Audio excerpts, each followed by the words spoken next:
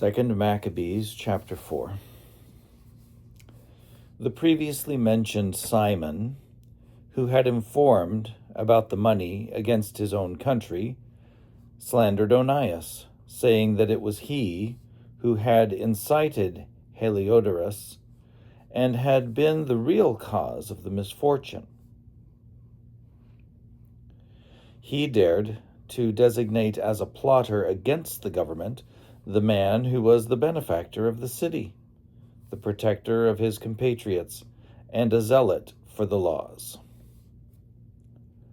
When his hatred progressed to such a degree that even murders were committed by one of Simon's approved agents, Onias recognized that the rivalry was serious and that Apollonius, son of Menesthius, and governor of Cilicia and Phoenicia, was intensifying the malice of Simon.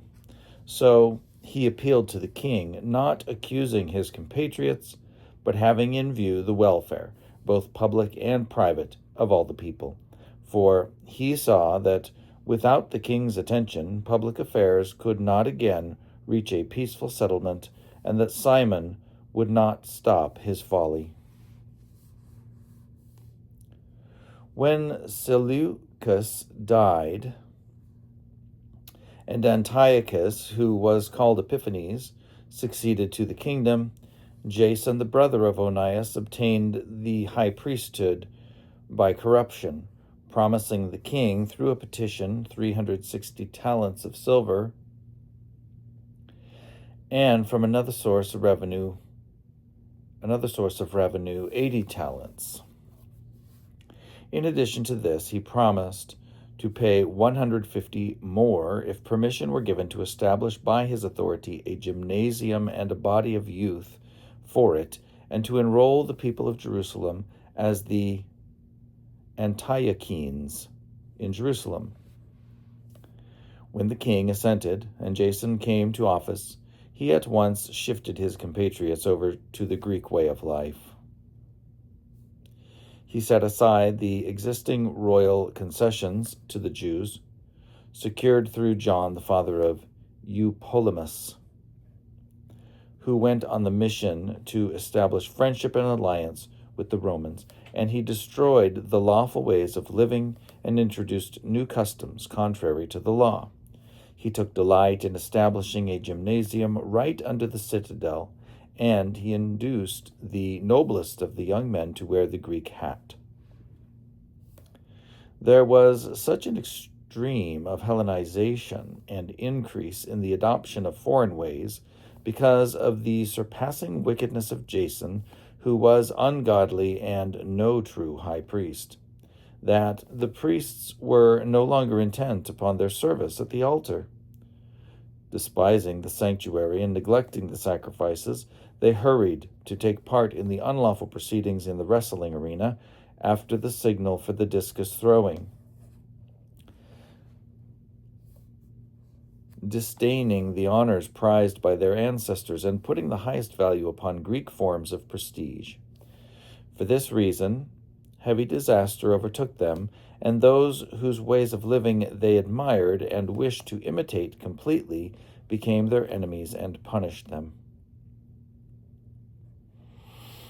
It is no light thing to show irreverence to the divine laws, a fact that later events will make clear.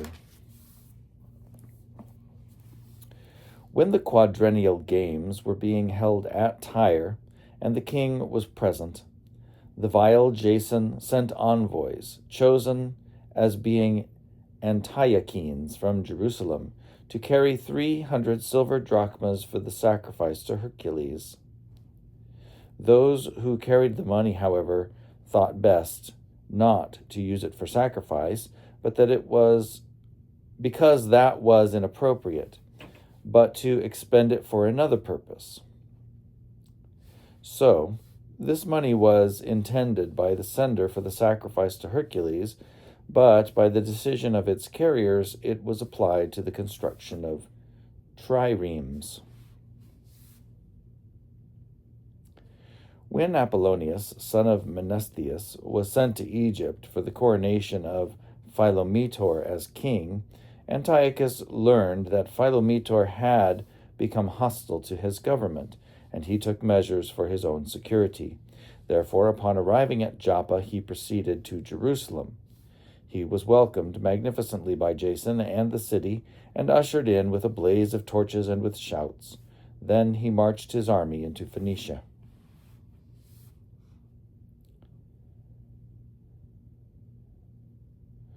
After a period of 3 years, Jason sent Menelaus, the brother of the previously mentioned Simon, to carry the money to the king and to complete the records of essential business. But he, when presented to the king, extolled him with an air of authority and secured the high priesthood for himself, outbidding Jason by 300 talents of silver. After receiving the king's orders, he returned, possessing no qualification for the high priesthood, but having the hot temper of a cruel tyrant and the rage of a savage wild beast. So, Jason, who, after supplanting his own brother, was supplanted by another man, was driven as a fugitive into the land of Ammon. Although Menelaus continued to hold the office, he did not pay regularly any of the money promised to the king.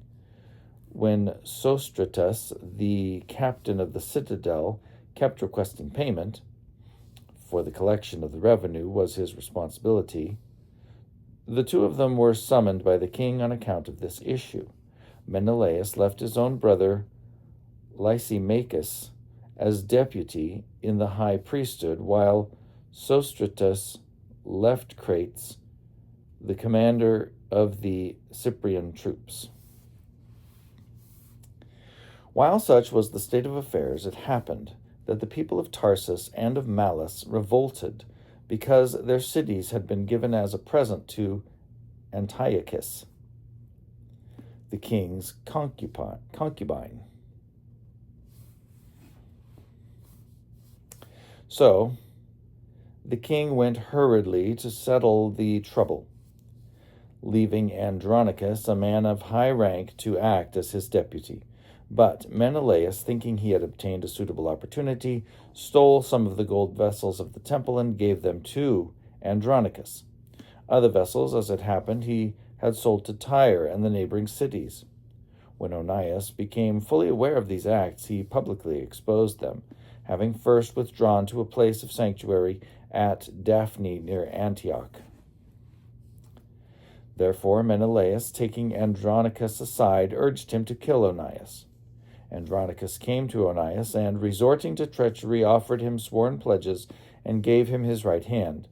He persuaded him, in spite of his suspicions, to come out from the place of sanctuary. Then, with no regard for justice, he immediately put him out of the way.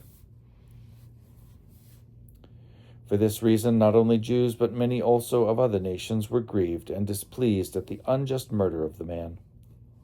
When the king returned from the region of Cilicia, the Jews in the city appealed to him with regard to the unreasonable murder of Onias, and the Greeks shared their hatred of the crime.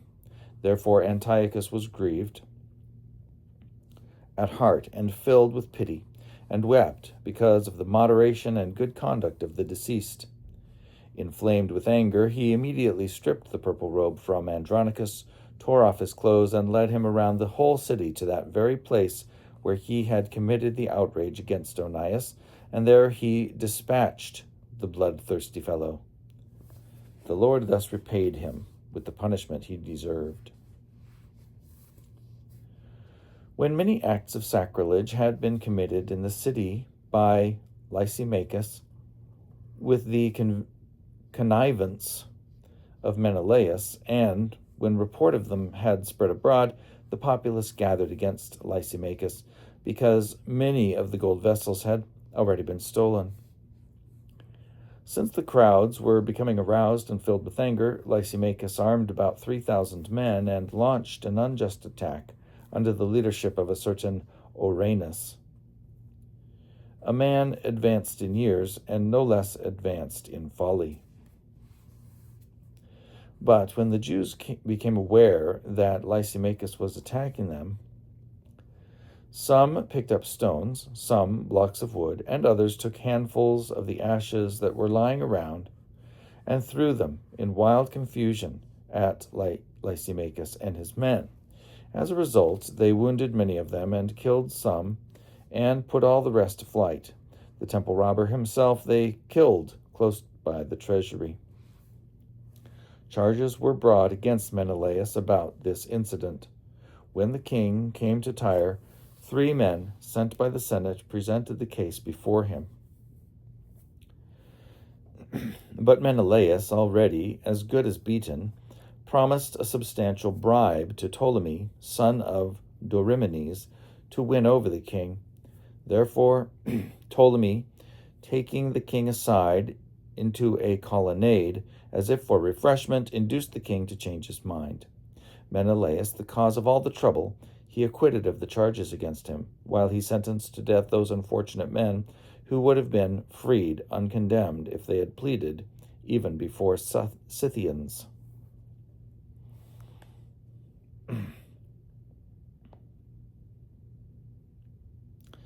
And so, those who had spoken for the city and the villages and the holy vessels quickly suffered the unjust penalty. Therefore, even the Tyrians, showing their hatred for the crime, provided magnificently for their funeral. But Menelaus, because of the greed of those in power, remained in office, growing in wickedness, having become the chief plotter against his compatriots.